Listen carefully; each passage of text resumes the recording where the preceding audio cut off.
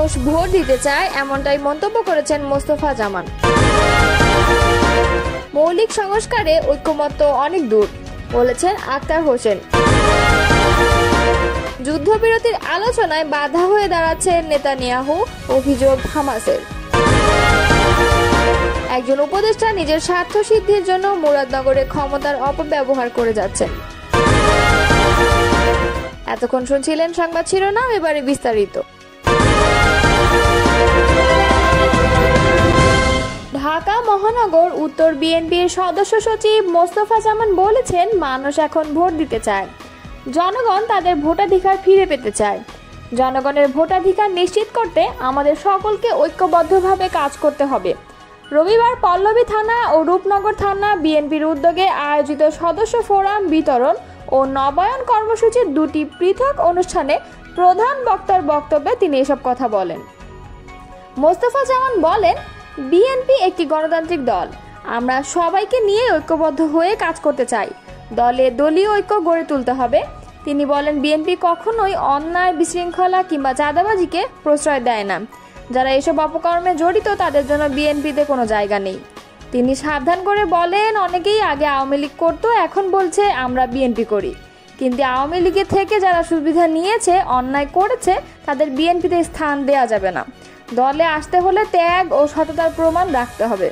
মোস্তফা জামান তৃণমূলের নেতাকর্মীদের উদ্দীপ্ত করে বলেন, দলকে গড়ে তুলতে হলে বিশ্বাস, আস্থা এবং আদর্শকে ধারণ করতে হবে। আর সেই লক্ষ্যে আমরা একসাথে কাজ করে একটি জনগণের সরকার প্রতিষ্ঠা করব। অনুষ্ঠানে প্রধান অতিথির বক্তব্য রাখেন ঢাকা মহানগর উত্তর বিএনপির আহ্বায়ক ও কেন্দ্রীয় ক্রীড়া বিষয়ক সম্পাদক আমিনুল হক। এছাড়াও মহানগর উত্তর বিএনপি ও বিভিন্ন থানা বিএনপির নেতৃবৃন্দ উপস্থিত ছিলেন। মৌলিক সংস্কার থেকে ঐক্যমত্য কমিশনের আলোচনায় এখনও অনেক দূরে থাকতে হয়েছে বলে জানিয়েছেন জাতীয় নাগরিক পার্টির সদস্য সচিব আক্তার হোসেন। রোববার রাজধানীর ফরেন সার্ভিস একাডেমিতে জাতীয় ঐক্যমত্য কমিশনের আলোচনা শেষে সাংবাদিকদের সঙ্গে আলাপকালে তিনি কথা বলেন। এ সময় আক্তার হোসেন বলেন, আজকের আলোচনায় মৌলিক সংস্কার ঐক্যমত্য হতে অনেক দূরে থাকতে হয়েছে। বিএনপির আপত্তিজনক সাংবিধানিক পদের নিয়োগ কমিটি গঠন করা যায়নি। মৌলিক সংস্কার বিএনপি সহ কয়েকটি দলের জন্য আটকে আছে বলেও জানান তিনি।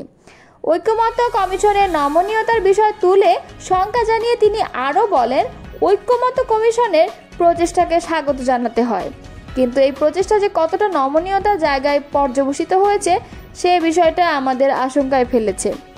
আমরা দেখেছি যে বিষয়গুলো এখানে মৌলিক সংস্কারের ভিত্তি হিসেবে উপস্থাপিত হয়েছে, সেই বিষয়গুলোতে কেউ কোড আনকোড বিএনপি বা তার সঙ্গে আরও কয়েকটি দলের দ্বিমত পোষণ করেছে। ঘন্টার পর ঘন্টা আলোচনা হয়ে যাওয়ার পরেও সেসব বিষয়ে অমীমাংসিত থেকে যাচ্ছে। হাউস সিদ্ধান্ত গ্রহণ করতে পারছে না, এটা আমাদের জন্য একটি আশঙ্কার জায়গা তৈরি করেছে। এনসিপির শীর্ষ নেতা বলেন, আমরা এমন এক বাংলাদেশ চেয়েছিলাম যে বাংলাদেশে ক্ষমতার ভারসাম্য থাকবে, বিকেন্দ্রীকরণ থাকবে।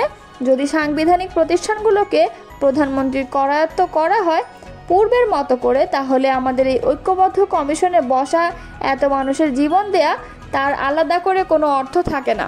তিনি আরও বলেন, আমরা খুব স্পষ্ট করে বলছি যে উচ্চকক্ষ অবশ্যই সংবিধান সংশোধনের জন্য আমরা বলেছি, নিম্নকক্ষেও সেখানে 2/3 মেজরিটি লাগবে, উচ্চকক্ষেও 2/3 মেজরিটি লাগবে এবং সংবিধানের মৌলিক কিছু বিষয়বস্তু আছে।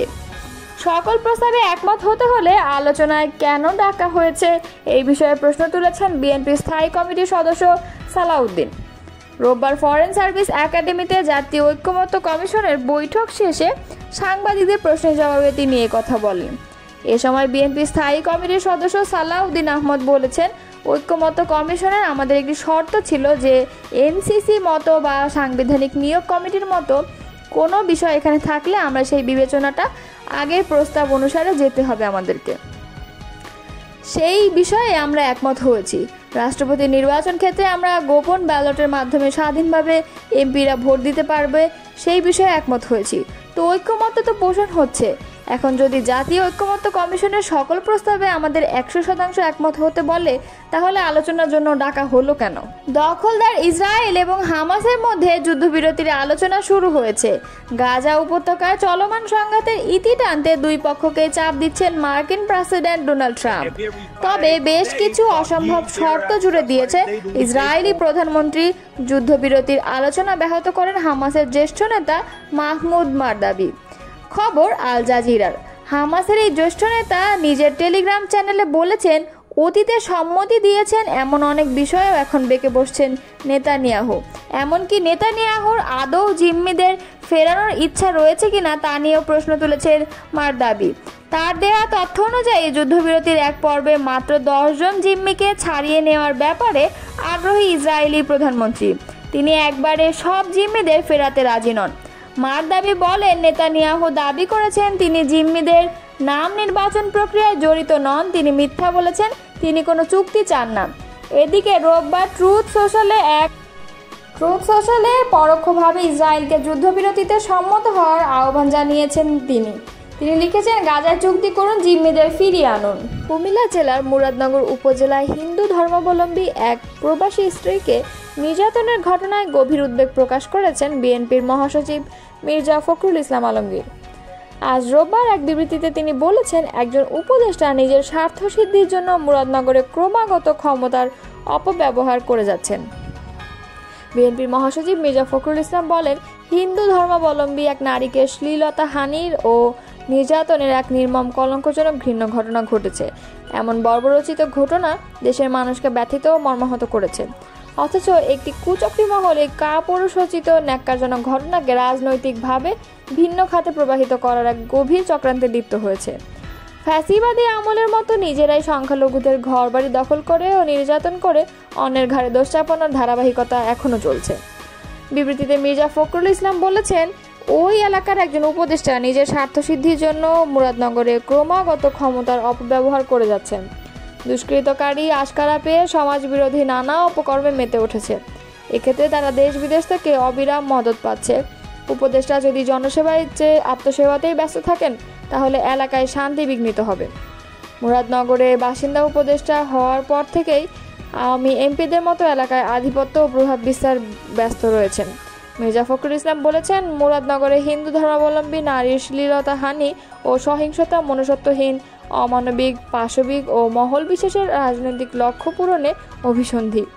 আবারও সাম্প্রদায়িক সম্প্রীতি বিনষ্ট করে রাজনৈতিক ফায়দা লোটার আওয়ামী নোংরা কৌশলেরই পুনরাবৃত্তি দেখা যাচ্ছে। সম্প্রীতির ঐতিহ্যকে রাজনৈতিক উদ্দেশ্য সাধনের জন্য বিনষ্ট করা হচ্ছে। বিএনপি মহাসচিব বলেন, পতিত স্বৈরাচারের দোসররা অর্থবিত্তে সজ্জিত। নারী নির্যাতন সহ সহিংস সন্ত্রাসের ঘটনায় উদরপিণ্ডি বুধর ঘাড়ে চাপিয়ে বিএনপির ভাবমূর্তি নষ্ট করার জন্য তারা অতৎপরতায় লিপ্ত হয়েছে। শক্তিশালী পক্ষের আশীর্বাদ আছে বলে দুর্বৃত্তরা সহিংস কার্যাবলী চালাতে উৎসাহিত হচ্ছে।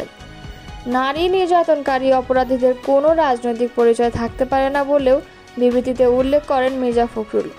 একই সঙ্গে হিন্দু ধর্মাবলম্বী প্রবাসী স্ত্রীকে শ্লীলতাহানি ও নির্যাতনকারী দুষ্কৃতিকারীদের দৃষ্টান্তমূলক শাস্তির দাবি জানিয়ে তিনি তার বক্তব্য শেষ করেছেন।